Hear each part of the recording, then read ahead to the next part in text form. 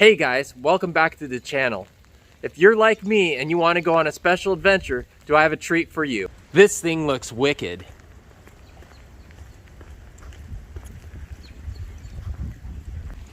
I've stripped all of the plastic off of the front of the bike. You can see it's very Mad Max. Seriously though, you'll want to go ahead and remove these plastic panels if you're ever going to work on the engine or the airbox. In addition to that, I'm going to go ahead and remove this rear fender and also some parts in here so that I can get access to the fuel tank. And once I get to the fuel tank, I can get to the ECM control module for this bike.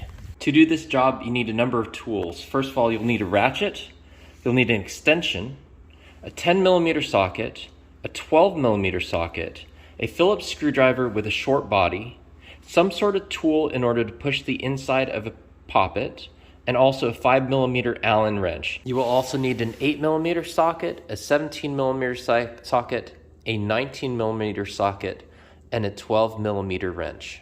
And don't forget proper foot gear like socks and sandals. Before any job, make sure you have a clear space to put all the components. The first piece we're going to remove is this battery cover.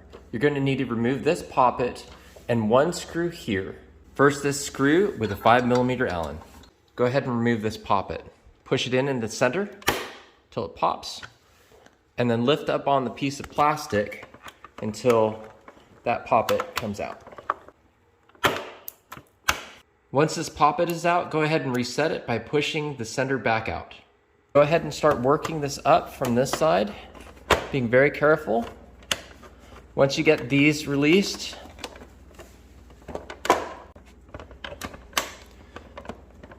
once it's clear, you're going to pull this straight forward so it releases.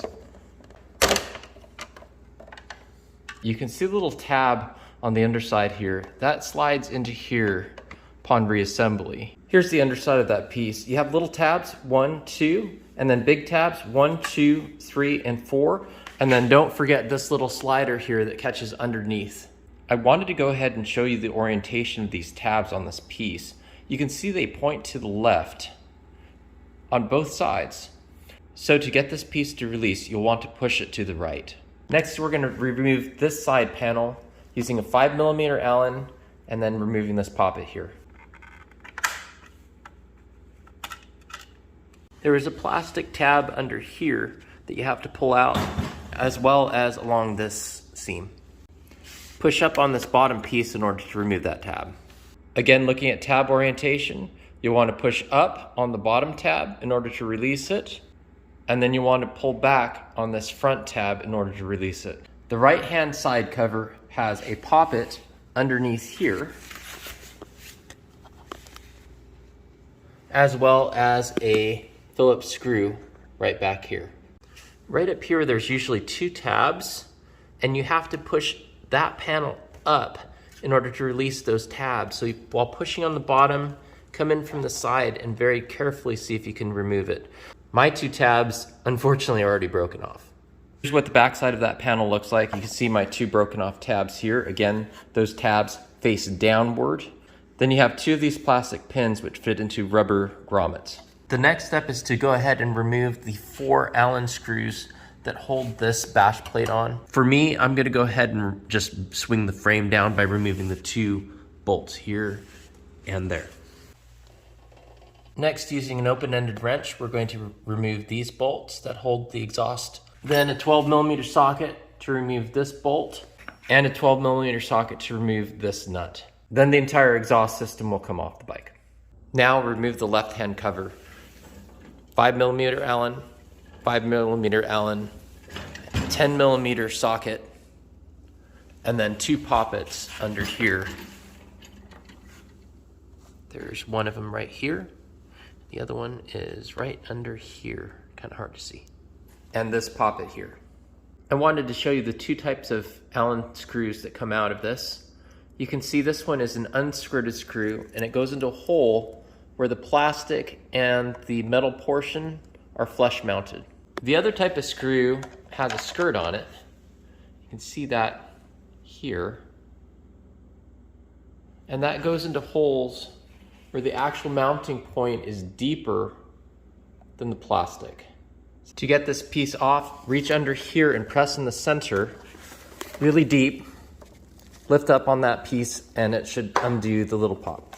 The underside of this piece has little pins here, here, and up here, and then your catches here and here. So that's what I was pushing up on, is I was pushing up right here in order to release this pin, which is hardest to get to in between these two catches. This side has Allen bolts here, here, here, and here, as well as a 10mm socket right here. And on the back side, under here, not sure if you can see that, there's a little Phillips screw that needs to be removed, as well as two poppets right under here. There's one here, and there's one all the way up here. You will definitely want to keep track of where all the different screws and bolts come out. They are different. In the event you get it screwed up, there are 3 regular unskirted screws, and then there's one that has a skirt on it. That screw, the skirted screw, goes in this back position right here.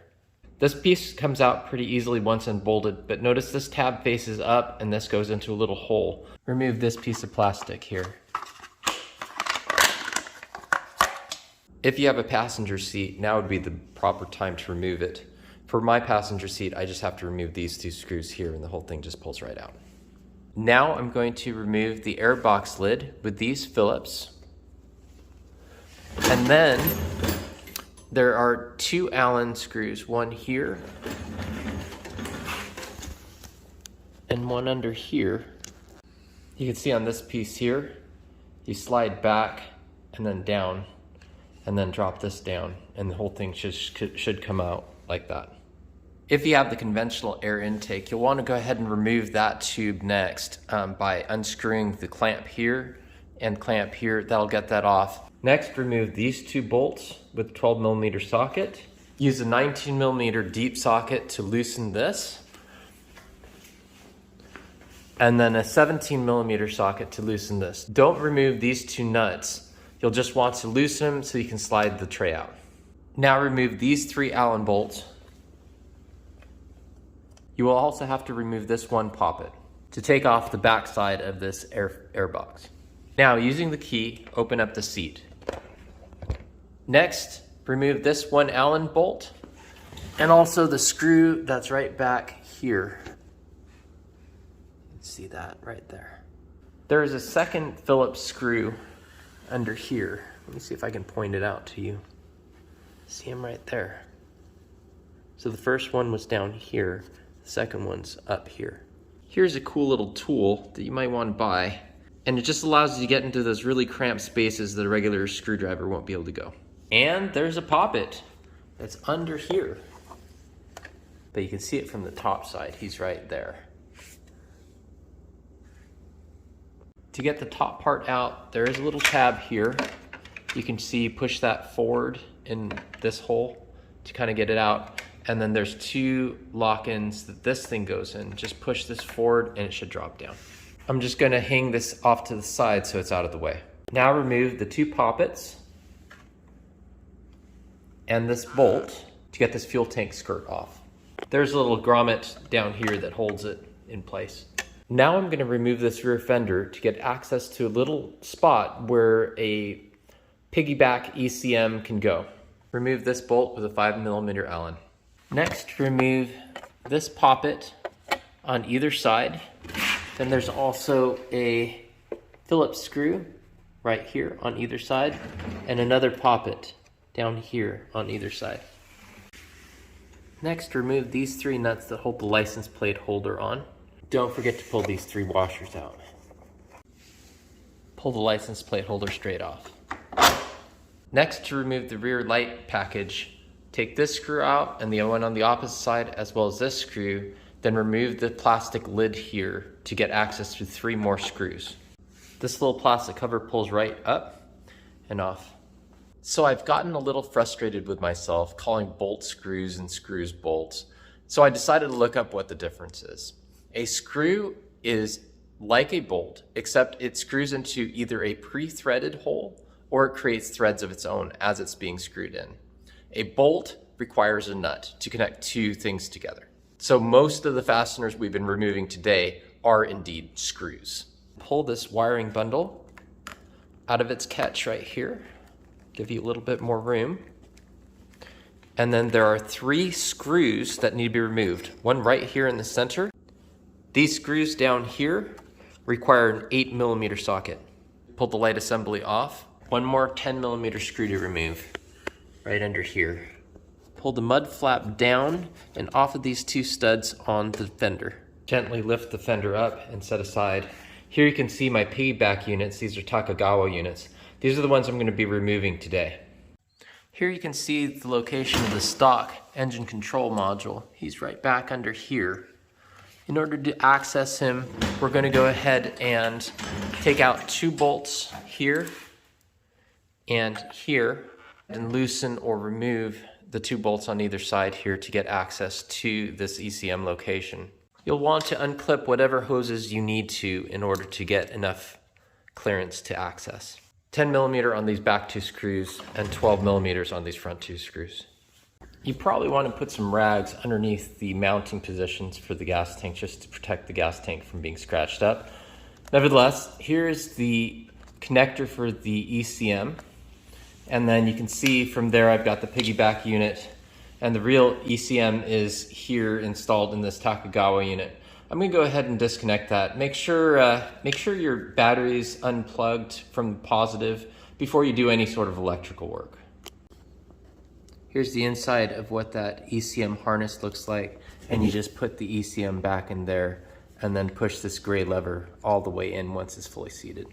The ECM is all back together. Now it's just a matter of putting this back in underneath the fuel tank. Reassembly is the reverse of pulling things off. Wanted to point out a couple of torque values.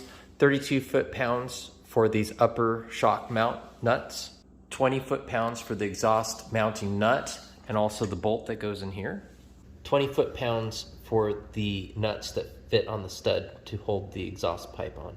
Here's all the pieces that we pulled off the bike to get to this point. I hope you enjoyed watching this video today. I certainly had a lot of fun putting this video together for you. If you like this type of content, please subscribe, and I hope I earned that. And like and hit the notification bell. Thanks again, and see you next time.